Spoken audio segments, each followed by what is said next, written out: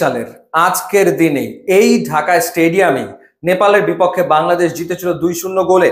মাহবুবুর রহমান সুফিল গোল করেছিল নাবিব নওয়াজ জীবন। 5 বছর পরে বাংলাদেশ দলে হামজা চৌধুরী, সমিত সোম, জায়ান আহমেদরা খেলছেন, অথচ বাংলাদেশ নেপালকে হারাতে পারলো না। 2-2 গোলে ম্যাচটা ড্র করলো।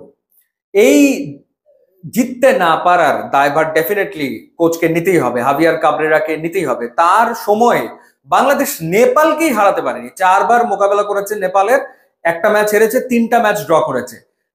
চারবার নেপাল পরীক্ষাতে বাংলাদেশ উতরাতে পারেনি। তাহলে হাভিয়ার কাবরেরা বাংলাদেশের ফুটবলকে সামনে এগিয়ে নেবেন কেমন করে?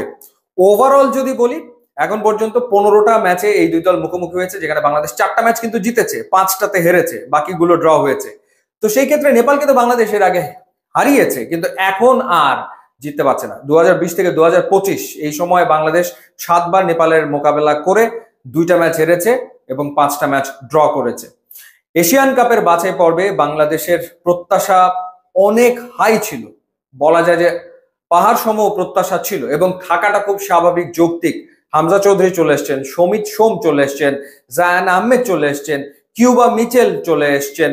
একটা জাগরণ ঘটে গেছে বাংলাদেশের ফুটবলে, অথচ আমরা মাঠের ফুটবলে কোনো রেজাল্ট আনতে পারছি না।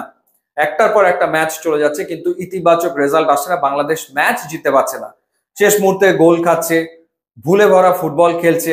এবং সবচেয়ে বড় ব্যাপার হচ্ছে ট্যাকটিক্যাল যে ডিসিশন গুলো নিচ্ছেন হাভিয়ার কাবরেরা, সেগুলো সবগুলোই প্রশ্নবিদ্ধ। প্রশ্ন সবাই তুলছেন, ফুটবল সংশ্লিষ্ট যারা রয়েছেন তারা প্রশ্ন তুলছেন। যেই মুহূর্তে অ্যাটাকিং ফুটবল খেলার কথা, সেই মুহূর্তে বাংলাদেশ অ্যাটাকিং ফুটবল খেলছে না। যেই মুহূর্তে ডিফেন্সে মনোযোগ দেওয়ার কথা, সেই মুহূর্তে ডিফেন্সটা ঠিক মতো হচ্ছে না। সাবস্টিটিউশন গুলোর ক্ষেত্রেও দেখা যাচ্ছে যে যাকে যখন নামানোর কথা সেটা হয় না। একাদশ নিয়ে তো প্রশ্ন থেকেই যায়। সমিত সোমের মতো ফুটবলারকে পেয়েছে বাংলাদেশ, অথচ 2টা ম্যাচে সমিত সোম প্লেইং 11-এ শুরুতে নেই। এই 2টা ম্যাচে এই ঘটনা ঘটলো। তো এইরকম ভুল একের পর এক হাভিয়ার কাবরেরা করে চলেছেন, মানে ট্যাকটিক্যাল ব্লান্ডার যেগুলো, সেগুলো তিনি করে চলেছেন। শুরুটা হয়েছিল এশিয়ান কাপের বাছাই পর্বের প্রথম ম্যাচ ভারতের বিপক্ষে শিলং এর মাটিতে।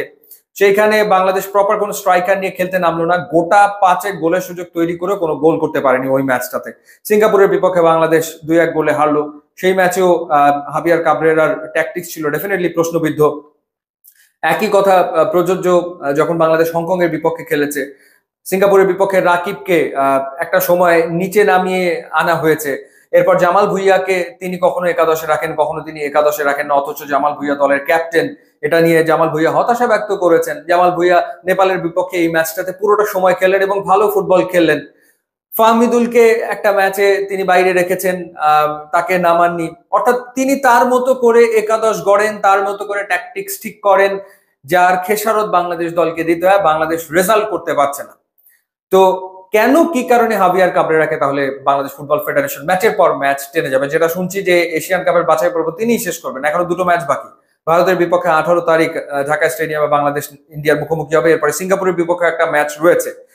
বোঝা তো আমাদের হয়ে গেছে যে হাভিয়ার কাবরেরার পক্ষে বাংলাদেশের ফুটবলকে সামনে এগিয়ে নিয়ে যাওয়া আসলে সম্ভব হচ্ছে না। কারণ এইরকম স্কোয়াড পাওয়ার পর, মানে এর আগে যারা বাংলাদেশ দলের কোচ ছিলেন বিভিন্ন সময়, তারা তো এই স্কোয়াড কখনো পাননি।